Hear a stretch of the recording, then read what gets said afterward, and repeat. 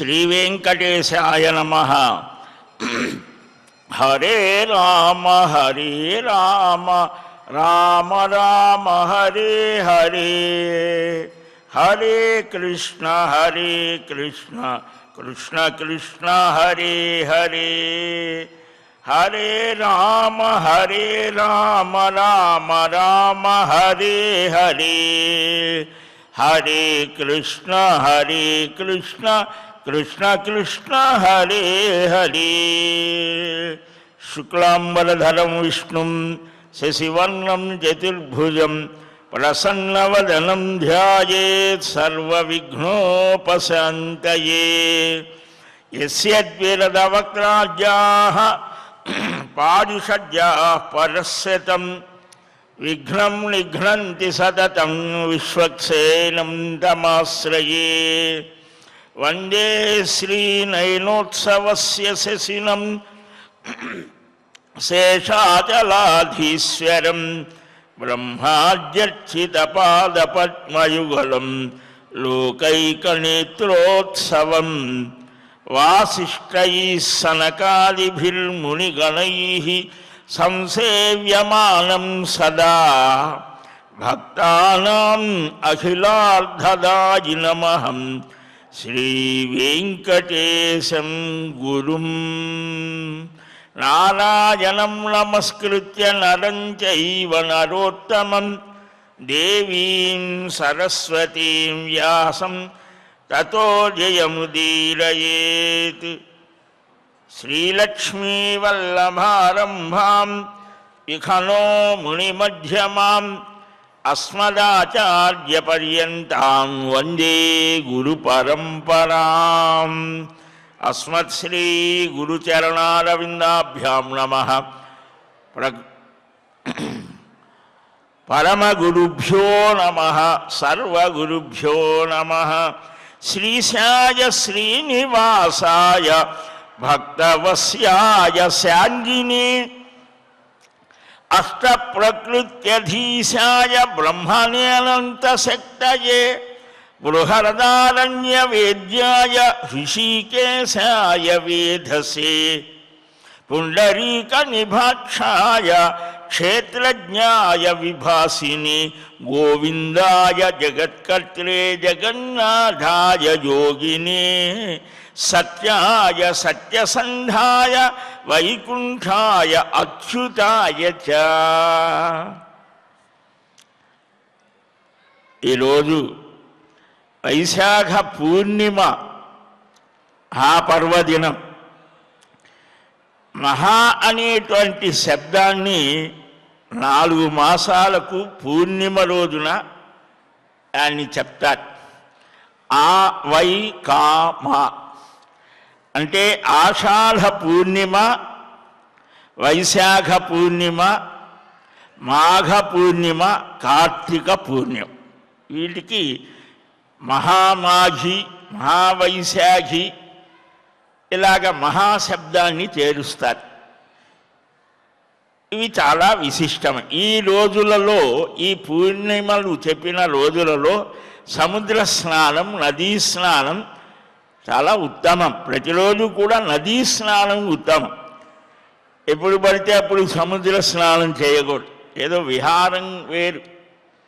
కానీ పుణ్యం కోసం ఈ చెప్పినటువంటి మహోదధి అనే కొన్ని చెప్తారు. అర్ధోదయం, మహోదయం అని రాస్తారు పంచాంగాలు. ఆ సమయాల్లో ఆషాఢ పూర్ణిమ, మాఘ పూర్ణిమ, వైశాఖ పూర్ణిమ ఈ రోజులలో సూర్యోదయ పూర్వమే వెళ్ళి స్నానం చేస్తే సముద్ర స్నానం సంవత్సరానికి ఒక 5-6 రోజులు వస్తాయి. సర్వరోగాలు పోతాయి. మామూలుగా నదీ స్నానంతో ఉత్తమం. ప్రవహించే జీవనదిలో స్నానం చేయడం ప్రతిరోజు కూడా అక్కడ ఉన్నటువంటి ఒండ్రు మట్టిని ఒళ్ళంతా రాసుకొని మనం ఏదో అనుకుంటాం, కానీ అది సర్వరోగ నివారి. కేరళ వెళ్ళి డబ్బులు ఇచ్చి రాయించుకొని వస్తాం.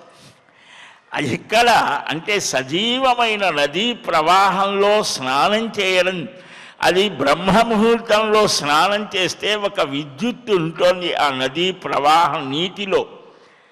నీటి మీద ఎన్నో ప్రయోగాలు మనవారు చేసి చెప్పారు. ఆచారాలనే పేరుతో, సైన్స్ అని చెప్పలా, ఆచారము అని సంప్రదాయము అని అన్నారు. అదంతా సైన్సే.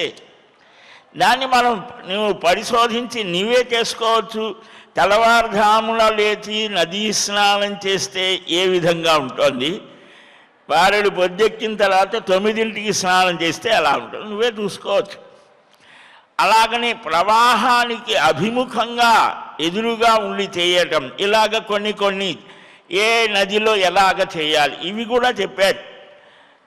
బావిలో ఈ నదీ స్నానం, తర్వాత తటాకం, సరస్సు, ఈ బావి, భాండోదకం, అధమాధమం అంట.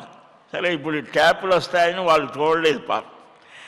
కాబట్టి ఏదైనా సరే నీటిని మనం భగవంతుని పాదాల నుంచి ప్రభవించిన గంగగా భావన చేసి ఆ నీటిని అభిమంత్రించి గోవిందేతి సదా స్నానం. మనకేమీ రావు, మంత్రాలు రావు, తంత్రాలు ఏమి అక్కర్లా, గోవిందా అని ఆ నీటిని చక్కగా నమస్కరించి భగవద్భావంతో స్నానం చేసిన ఆ విష్ణు పాదాల నుంచి ప్రభవించిన గంగ ఆ నీటిలోకి ప్రవేశించి ఆ నీటిని శిరస్సున ధరిస్తే ఆ గంగ తన శిరస్సున పడి ఆ బ్రహ్మరంధ్రం నుంచి లోపలికి ప్రవేశించి లోపల ఉన్నటువంటి హృదయంలో ఉన్నటువంటి మాలిన్యాన్ని తొలగిస్తోంది అని భావన చేస్తూ స్నానం చేయమని.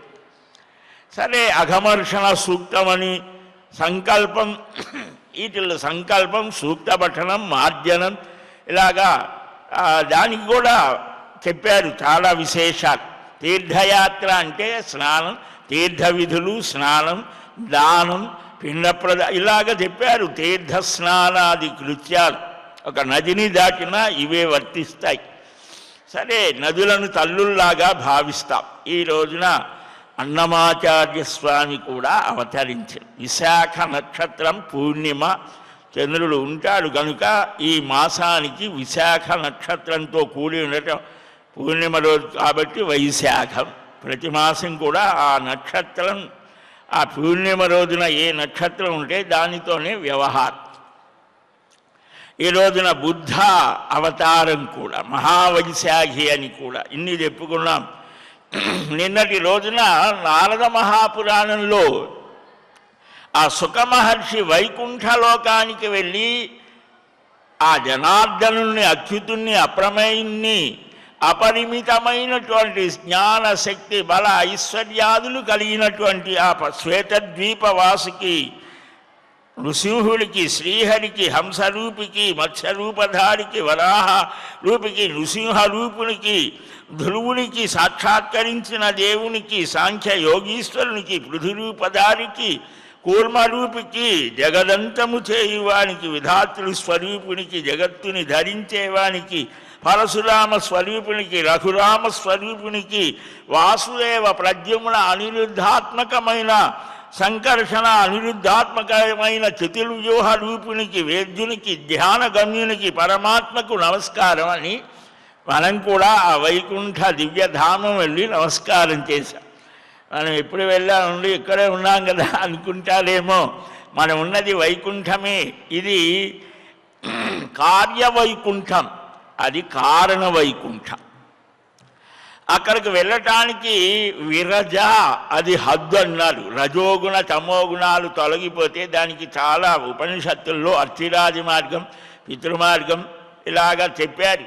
ఆ వెళ్ళేటువంటి అతివాహకులు, వారు వెళ్ళేటువంటి ఐరమ్మదీయం అనేటువంటి సరస్సు, అవన్నీ కూడా ఉపనిషత్తుల్లో, పురాణాలలో, మహానుభావుల యొక్క ఉపదేశాలలో వస్తాయి. కాబట్టి కృష్ణరూపునికి, వేదకర్తకు, బుద్ధరూపునికి, ఎవరా బుద్ధుడు? ఇప్పుడు మనం చరిత్రలో చదివే బుద్ధుడు కాదు. నిన్న కూడా చెప్పుకున్నాం. కొన్ని విషయాలు మనల్ని అదేదో అంటారు కదా, అండర్స్టాండింగ్ ఏదో చెప్తారు. మనల్ని మన ధర్మం నుంచి ప్రక్కకు తప్పించడానికి అనేక ప్రయత్నాలు అనాదిగా జరుగుతున్నాయి. ఏది మనకు చెప్పారు మహర్షాదులు అది మనం గ్రహించాలి. ఎవడో ఏదో చెప్పాడనేది నమ్మటం కాదు కదా. కాబట్టి ఈ సనాతన ధర్మంలో చెప్పని విషయం లేదు. భౌతిక విషయాలు చెప్పారు, ఆధ్యాత్మిక విషయాలు, తత్వ విషయాలు, ధర్మ విషయాలు, సంస్కృతి అన్నీ పరిపుష్టంగా ఉన్నాయి. నువ్వు అందుకోలేకపోతే నీ దౌర్భాగ్యం, నీ సామర్థ్యం లేకపోవటం. కానీ ఋషులు ఎక్కడా పొరపాటు లేదు. వారు తమకు తెలియకపోతే మాకు తెలియదనే చెప్పారు, తెలిసినట్టుగా చెప్పాలా. కాబట్టి ఇక్కడ ఈ బుద్ధుడు త్రిపురాసుర సంహారంలో, వృత్రాసుర సంహార సమయంలో ఆయన వేద విరుద్ధమైనటువంటివి కొన్ని విషయాలు వారిని దారి మళ్లించి వారిలో యజ్ఞయాగాదులు చేస్తూ ఒక తపస్సు చేస్తూ ఆ శక్తిని దుర్వినియోగం చేశారు. కాబట్టి దాని నుంచి మరలించడం కోసం అయినా అది భగవత్ స్వరూపమే కాబట్టి స్మరించడం జరుగుతోంది. ఆ మార్గం కాదు. ఈయన కూడా అదే అని చెప్తారు, కానీ అది సరికాదు. దాని నుంచి కొన్ని విషయాలు తీసుకున్నారు మహానుభావుడు. అయితే అవ్వచ్చు, కానీ వేద విరుద్ధము.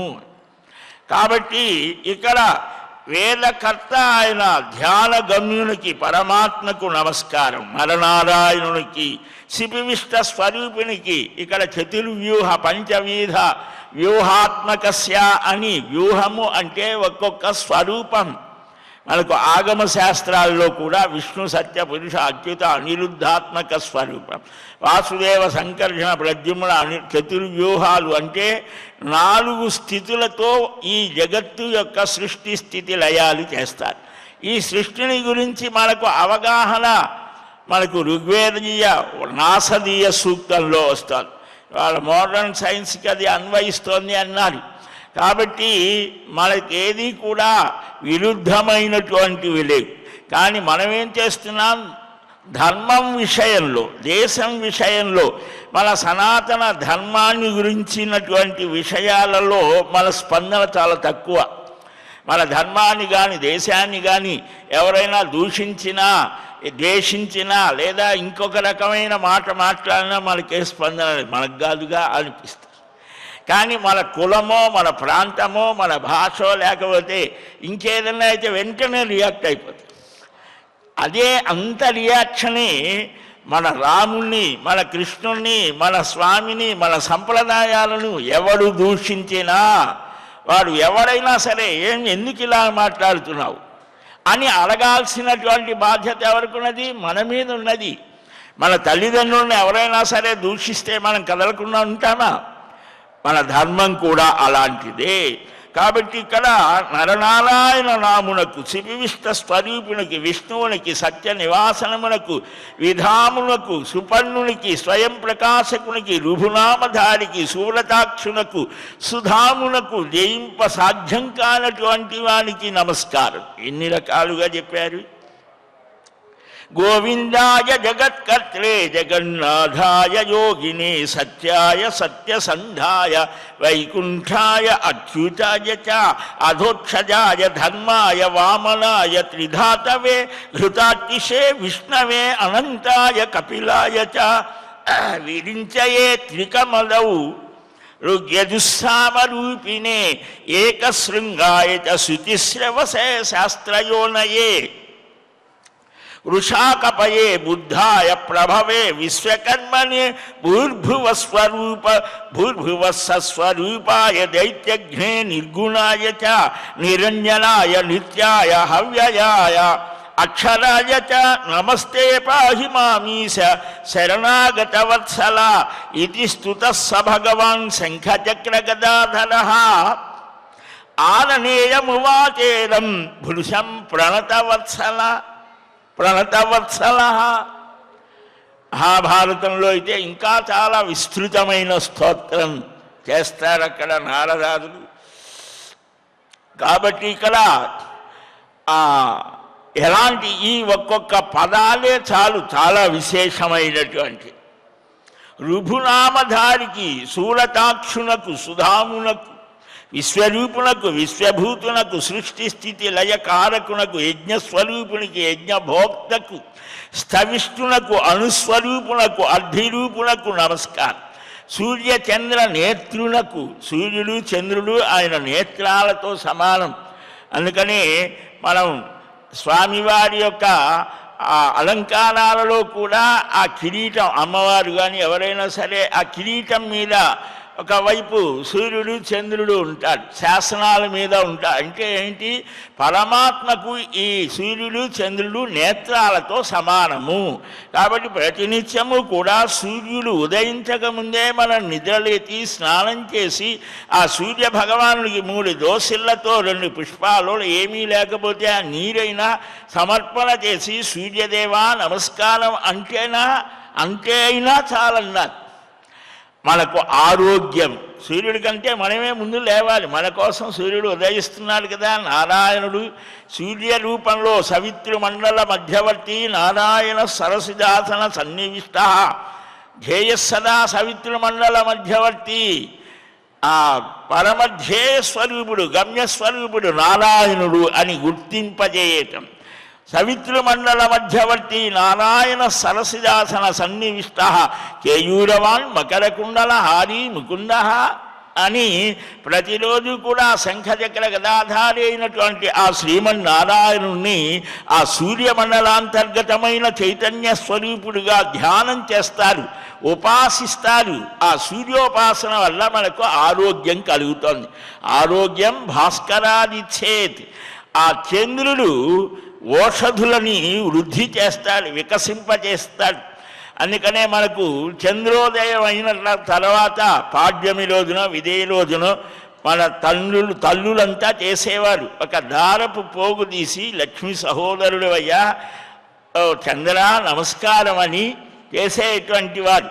ఇప్పుడు మనకు ఆ అటాచ్మెంట్ పిల్లలకు తల్లిదండ్రులతో, నాయనమ్మ తాతయ్యలతో వాళ్ళతో సంబంధాలు ఏమున్నాయి? వాడు లేచిన దగ్గర నుంచి, చదివిన దగ్గర నుంచి 10th అయిపోగానే ఇంటర్ హాస్టల్, అక్కడి నుంచి ఉద్యోగాలు, ఇంకెక్కడికో పోవటం. ఇక ఈ సంస్కృతి సంప్రదాయం ఎలాగ తెలుస్తోంది? మనమే చెప్పాలి. రేనైనా ఇలాగ నడవరా, ఇలాగ ఉండాలి, దైవారాధన చేయాలి, మన సంప్రదాయం ఇది, సనాతన ధర్మం. ఇప్పుడు అక్కడ మొదలైంది. ఉత్తర అమెరికాలో 500 ఎకరాలలో సనాతన ధర్మ కేంద్రం అని పెడుతున్నారు. అక్కడ ఇవన్నిటికీ సంబంధించి పిల్లలకు అందరికీ కూడా నేర్పాలి. ఇక్కడి నుంచి వెళ్ళిన తర్వాత అక్కడ వారికి తెలుస్తోంది ఇక్కడ విలువ. మనకేమో ఇక్కడ తెలియటల్లా ఇంటికొకరిని పంపిస్తున్నాం ఇతర దేశాలు. కాబట్టి ఇక్కడ ఉండి మనం ఏం చేయాలి? ఇక్కడ ఉండి ఫైటింగ్ చేయాలి. ఎక్కడికో పోతే ఏమవుతుంది? అక్కడ పరాయి వాళ్ళమే మనం. ఇదైతే మన స్వస్థానం. అందుకనే అపి స్వర్ణమయీ లంకాం భవభూతి ఉత్తర రామచరిత్రలో రామచంద్రమూర్తి చేత అనిపిస్తాడు. ఇది బంగారపు లంకే, కానీ మనది కాదు.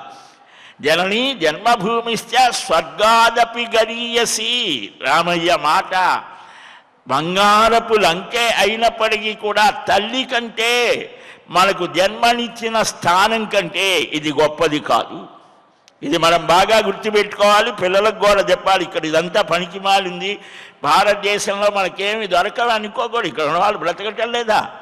కాబట్టి ఈ దేశం మీద, ధర్మం మీద, మన సంప్రదాయం మీద, సంస్కృతి మీద మంచి సద్భావన ఉండాలి. అట్లాగని గుడ్డిగా చేయమని ఎవడు చెప్పడం మనకు ఋషులే చెప్పాలి, తెలుసుకొని చేయమన్నారు. కనుక ఆ శ్రీనివాసునికి, యజ్ఞస్వరూపునికి, యజ్ఞభోక్తునికి, అనుస్వరూపునికి, అర్ధిరూపునికి నమస్కారం. ఓజో సహబల స్వరూపునికి, పూజ్యునికి, సర్వసాక్షికి, జన్మరహితునికి, బహుశీర్షములు, బహుపాదములు, బహుబాహువులు, సహస్రశీర్ష పురుష అని ఆ వేదం ఏదైతే పురుష సూక్తంలో ఆ విరాట్లు విష్ణు స్వరూపం ఏదైతే వివరిస్తోందో అదే ఇక్కడ చక్కగా చెప్పారు. విరించయే త్రికమదవు. బహురూపునికి, సూర్యచంద్ర నేత్రునికి, బహుపాదములు, బహుబాహువులు కలిగిన వారికి, శ్రీపతికి, శ్రీనివాసునికి, భక్తవత్సునికి, శాంగ ధనుర్ధారికి, అష్ట ప్రకృతులకు అధిపతి. భూమి, నీరు, ఇవన్నీ అష్ట ప్రకృతులను ఉన్నాయి. వీటి భగవద్గీతలో చెప్పారు, ఒకసారి చూడండి.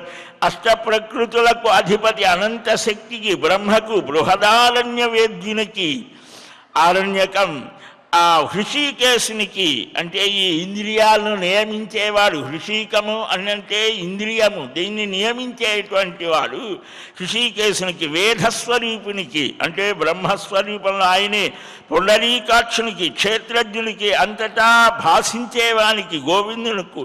గోవింద అంటే 10 అర్థాలు ఉన్నాయి. గోవులకు గాం విందతి, వేదాల చేత తెలియబడేవాడు, గోవులకు అధిపతి, గోవు పరిపాలన చేసేవాడు, గోరక్షకుడు. ఒకప్పుడు కొండ మీద కొన్ని వేల ఆవులు తిరిగేవి, వానరములు సంచరించేవి. ఇప్పుడు అవన్నీ కూడా మనుషుల రూపాల్లోకి వచ్చేసాయి. కాబట్టి ఆ గోవిందుడికి, జగత్కర్తకు, జగన్నాథునికి, యోగికి, సత్యస్వరూపునికి, సత్యసంధునికి, వైకుంఠునికి, అచ్యుతునికి నమస్కారం. అధోక్షదునికి, ధర్మస్వరూపునికి, వామనునికి, త్రిధాతువుకి, ఘృతార్తికి, విష్ణువుకి, అనంతునికి, కపిలునికి నమస్కారం. సాంఖ్య దర్శనం చెప్పినవాడు సిద్ధానం కపిలో ముని అని విభూతి యోగంలో అంటాడు. సిద్ధులలో కపిల మహర్షిని నేనే అన్నాడు, పక్షులలో గరుత్మంతుని నేనే అన్నాడు, వృక్షాలలో రావి వృక్షం నేనే అన్నాడు, తారకలలో చంద్రుడిని నేనే అన్నాడు. అంటే ఇవన్నీ తక్కినవి కాదా అంటే కాదని కాదు. నీకు ఎక్కడైతే మనస్సు నిలుస్తోందో, ఒక గొప్పదైనటువంటి స్థితి కనిపిస్తోందో, అక్కడ నువ్వు మనస్సుని కేంద్రీకరిస్తే క్రమక్రమంగా అంతటా ఉన్నటువంటి ఆ స్వరూపాన్ని మనం అర్థం చేసుకునే శక్తి కలుగుతోంది. కాబట్టి విరించికి, వృషాకపునికి, అనంతునికి, విష్ణువుకి, విరించికి, త్రికకుదువునకు, రుగ్యదుస్సామరూపునికి, ఏకశృంగునికి, శృతిశ్రవణకు, శ్రవునకు, శాస్త్రసిద్ధునికి నమస్కారం. వృషాకపునకు, బుద్ధునకు, ప్రభువునకు, విశ్వకర్మకు, భూర్భువస్వ స్వరూపుడు. ఈ విశ్వకర్మ అంటే సమస్తమైనటువంటి వీటికి అధిపతి. ఈ సమస్తమైనటువంటి విద్యలకు, ఈ శిల్పశాస్త్రం ఇవన్నీ కూడా అందించినవాడు విశ్వకర్మకు. భూర్భువ స్వరూపునకు, దైత్య సంహర్తకు, నిర్గుణునకు, నిరంజనునకు, ఏ వికారాలు లేనటువంటి వాడు, నిత్యునకు, అవ్యయునకు, నాశనము లేనటువంటి వానికి నమస్కారం. శరణాగత వత్సల కృష్ణ, వాసుదేవ, లోకనాథ, నీకు నమస్కారం అయ్యా, నన్ను రక్షించు అని సుఖమహర్షి స్తోత్రం చేశాడు. అద్భుతమైన స్తోత్రం. ఈ స్తోత్రాలలో ఒక తపశ్శక్తి ఉంటుంది. మనం ప్రతిరోజు విష్ణు సహస్రనామం ఆ చిట్ట చివరిదైనా సరే, రామకృష్ణ లేదంటే రామ శ్రీరామ రామ రామేతి రమే రామే మనోరమే సహస్రనామ తత్తుల్యం రామనామ వరాననే.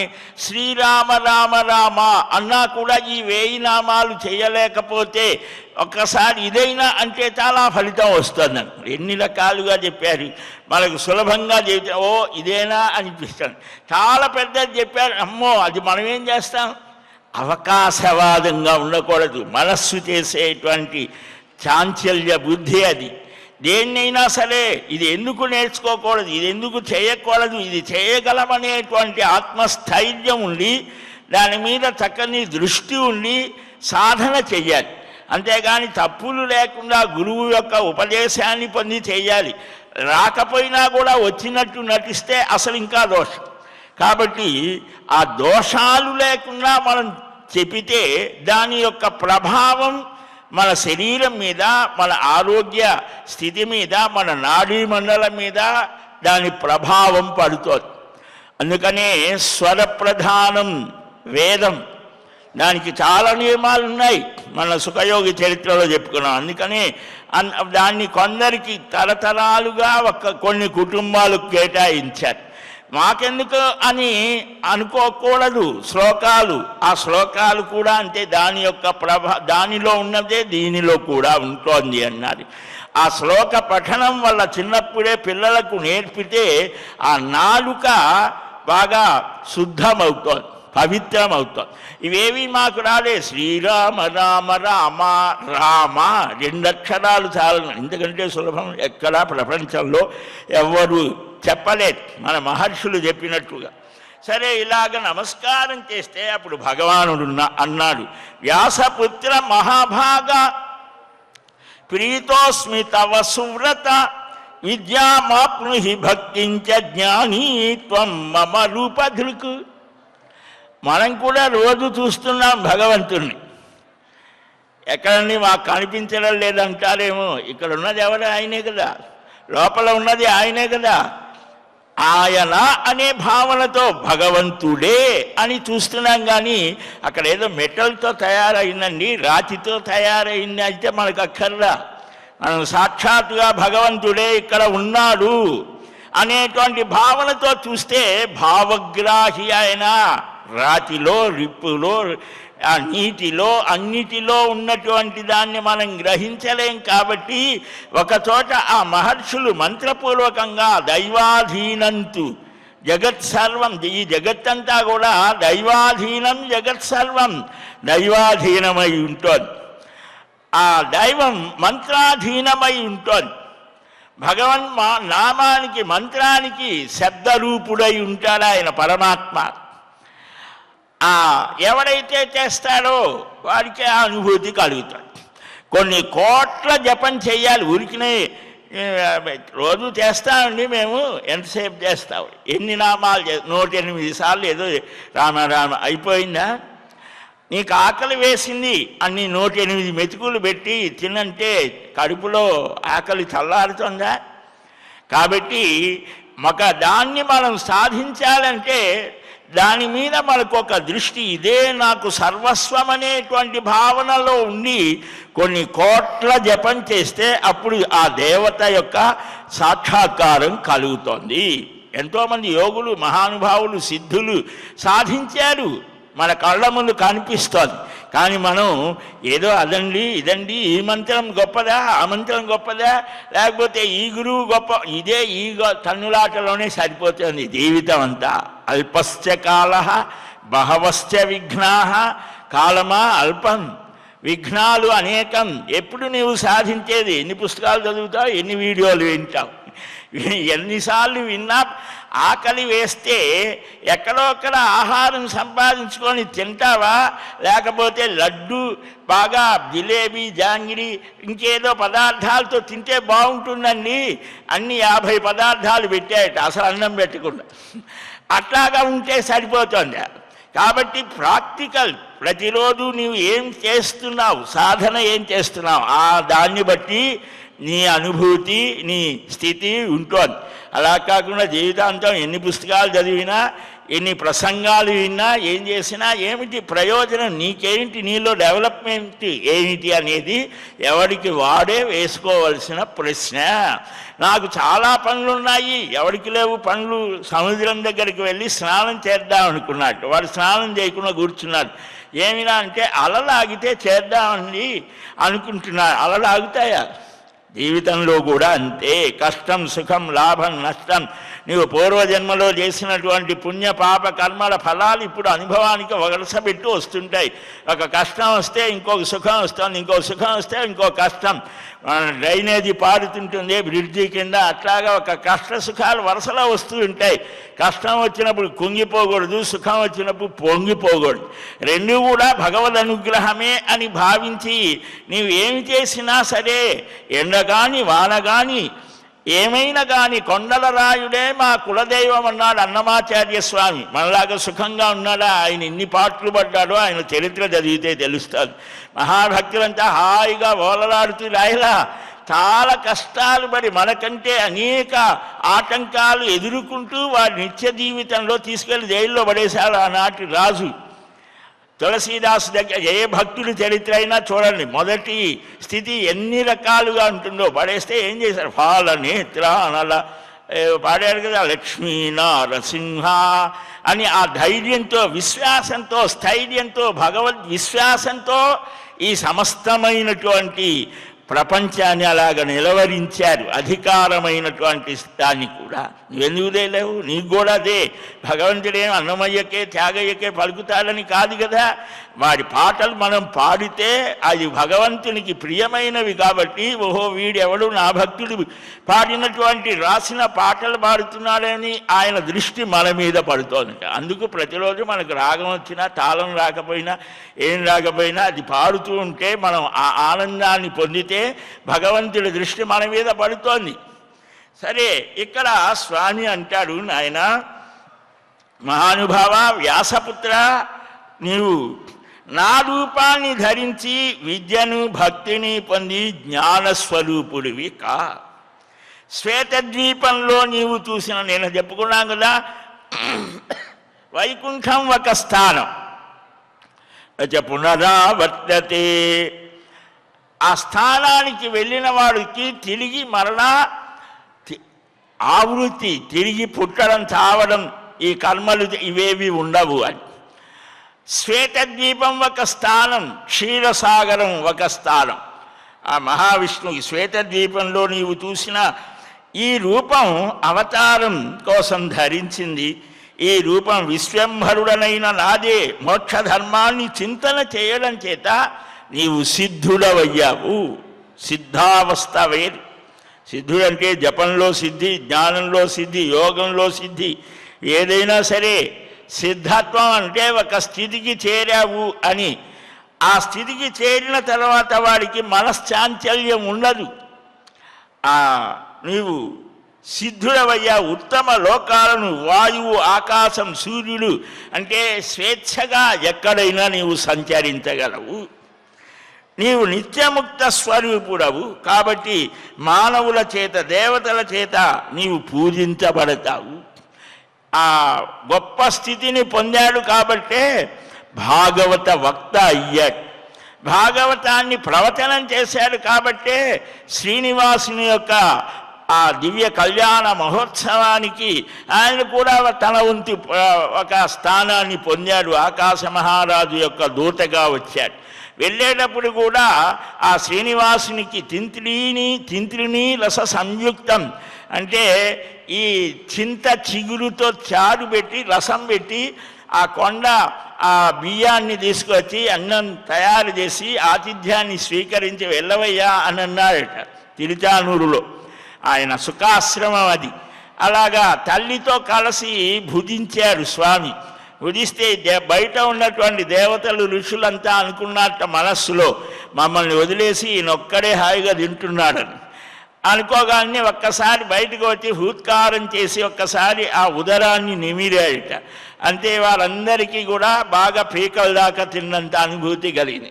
కృష్ణ క్షమించవయ్యా, ఆనాడు దుర్వాస మహర్షి ఆ పాండవులను పరీక్షించాలని వచ్చాడు కదా, 10,000 మంది శిష్యులతో అక్షయ పాత్ర అంతా కడిగివేసి ద్రౌపది మహాసాధ్వి, పతివ్రత, బ్రహ్మవాదిని అని ప్రయోగించాడు వ్యాస మహర్షి విరాట పర్వ ఆరంభంలో. మహాభక్తురాలామే, మహాజ్ఞాని ద్రౌపది.